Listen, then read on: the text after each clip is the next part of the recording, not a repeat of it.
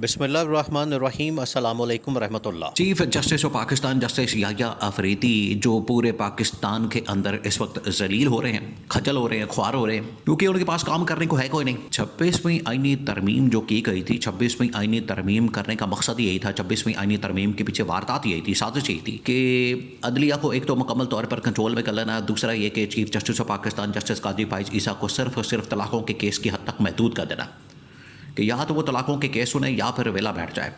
इसी वजह से तो वो मुख्तलिफ मुलाकातें करता फिरता, कभी IMF के डेलीगेशन से, कभी कैदियों से, कभी PTI वालों से, कभी किसी से मुलाकातें करता फिरता है, और इसके अलावा कोई उसके पास काम धंधा करने को नहीं है। तो अब ये उसके लिए एक बहुत बड़ा मसला बनता जा रहा है कि पाकिस्तानी अवाम जो है उसके ख़िलाफ़ होती जा रही है।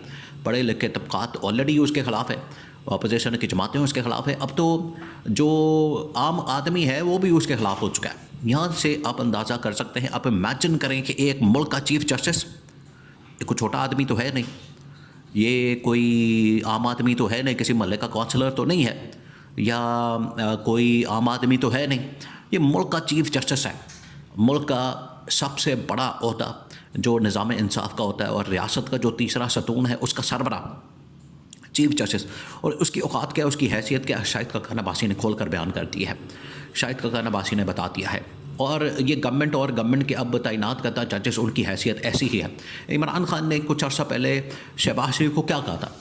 शहबाज शरीफ को ये कहा था कि ये शहबाज शरीफ एक अर्दली शख्स बन चुका है, अर्दली वज़ीर आज़म बन चुका है, और अर्दली के तौर पर काम करता है, यानी बूट पॉलिश करना, और बूट पॉलिश करके जो इस वक्त जनरल आसिम है उसके बूट पॉलिश करके इक़्तिदार लेना, पावर लेना, NRO लेना, केसेस माफ़ करवाना, और अपना तमाम के तमाम जो NRO लेके लूट मार साफ़ करवाना, ये इसका मकसद था। उसमें वो कामयाब हो गए।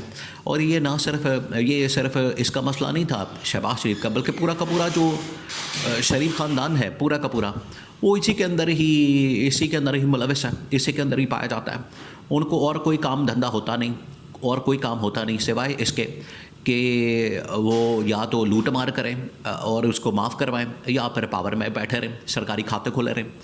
तो इमरान खान ने जो शहबाज शरीफ के मुतालिक कहा था, शहबाज शरीफ के बारे में जो कहा था, बिल्कुल ठीक कहा था। उसके अंदर कोई दो राय नहीं थी, उसके अंदर कोई ऊंच नीच नहीं थी।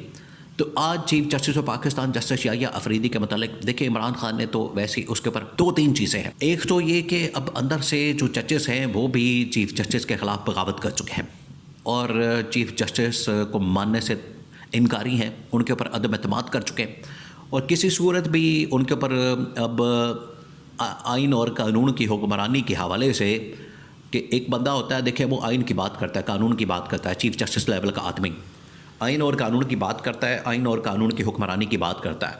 लेकिन ये चीफ जस्टिस जो है वो तो लगता है कि 26वीं आईनी तरमीम से पहले भी और बाद में इसने इस्टेब्लिशमेंट के साथ भी और हुकूमत के साथ भी मुलाकातें करके तो पहले से प्लान बना लिया था, मंसूबा बना लिया था कि मैंने चीफ जस्टिस बनना है। नंबर तो किसी और का बनता था, तो वहाँ भी इसका इज़्ज़त गई, वहाँ भी इसकी इज़्ज़त गई, क्योंकि वहाँ पर जो एहतराम होता है वो इसका फ़ारग हो गया, उसको एहतराम नहीं मिला, उसको इज़्ज़त नहीं मिली, जजेस ने अंदर से बगावत कर दी। दूसरा ये कि जो इधर दूसरी साइड के ऊपर मौजूद है इस्लामाबाद हाई कोर्ट में तकरीबन कोई 5-6 जजेस, उधर भी जो जज को तैनात किया गया सरफराज डोगर को, उसके ख़िलाफ़ हो गए 5-6 जजेस। इधर भी यही मसला। तो शहबाज शरीफ के बाद शाहिद काका नबासी ने कहा कि ये जो चीफ जस्टिस याह्या अफरीदी है इसकी औकात चपरासी से ज़्यादा नहीं है, चपरासी बन गया। अब इमरान खान ने तो फिर भी एक कोड वर्ड इस्तेमाल किया था, और वो था अर्दली। इसको कोड वर्ड कहा जाता है क्योंकि बड़े कम लोग जानते हैं अर्दली क्या होता है। शहबाज शरीफ को पता होगा या जनरल आसिम को पता होगा, आम आदमी को तो नहीं पता कि अर्दली क्या होता है। लेकिन जो ये इमरान खान ने और उसके बाद शाहिद काका नबासी ने जो बात की, शाहिद काका नबासी ने तो कच्चा छठा खोल के रख दिया, उसने तो कपड़े उतार दिए। और वैसे भी ये लास्टिक वाली हुकूमत है, जिस तरह से लास्टिक की सलवार होती है बिल्कुल वैसी हुकूमत है। आप किसी वक्त भी इनके कपड़े उतार दें। तो शाहिद काका नबासी ने तो इनके कपड़े उतार दिए। शाहिद काका नबासी ने कहा कि ये एक चपरासी वज़ीर आज़म चीफ जस्टिस है जिसके पास कोई इख्तियारात नहीं, बेइख्तियार किस्म का, यतीम मस्कीन किस्म का, बेयारो मददगार किस्म का, ना इसके पास कोई अपने इख्तियारात है। आप देखें कि इसका जब दायरा इख्तियार है वो चैलेंज हो जाता है। आइनी बेंच के पास सारे दायरे इख्तियार हैं, आइनी बेंच के पास सारे इख्तियारात हैं। मुल्क के अंदर अगर 26 तरमीम को चैलेंज किया जाए तो मुकदमा किधर जाएगा? आइनी बेंच के पास। सिविलियंस को मिलिट्री ट्रायल को चैलेंज किया जाए, मुकदमा किसके पास जाएगा? आइनी बेंच के पास।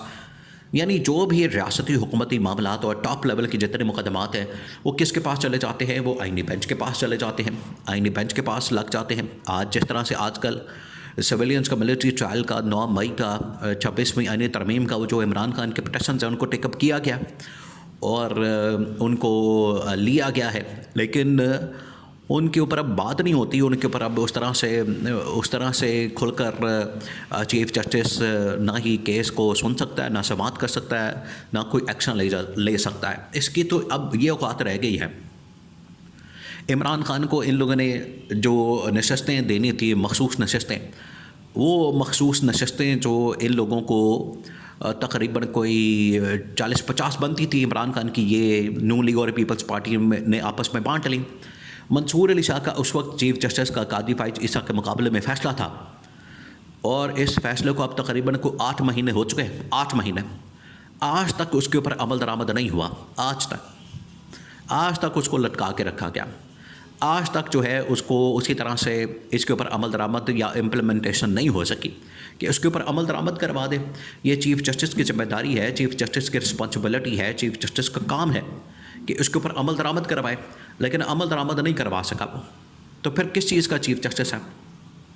जब अपनी ही अदलिया के अपने ही जजेस के फ़ैसलों के ऊपर अमल दरामद करवाने से ये कासिर है, इसके पास इख्तियार ही नहीं है, पावर ही नहीं है, तो फिर किस मकसद के लिए, किस मर्ज़ की दवा है?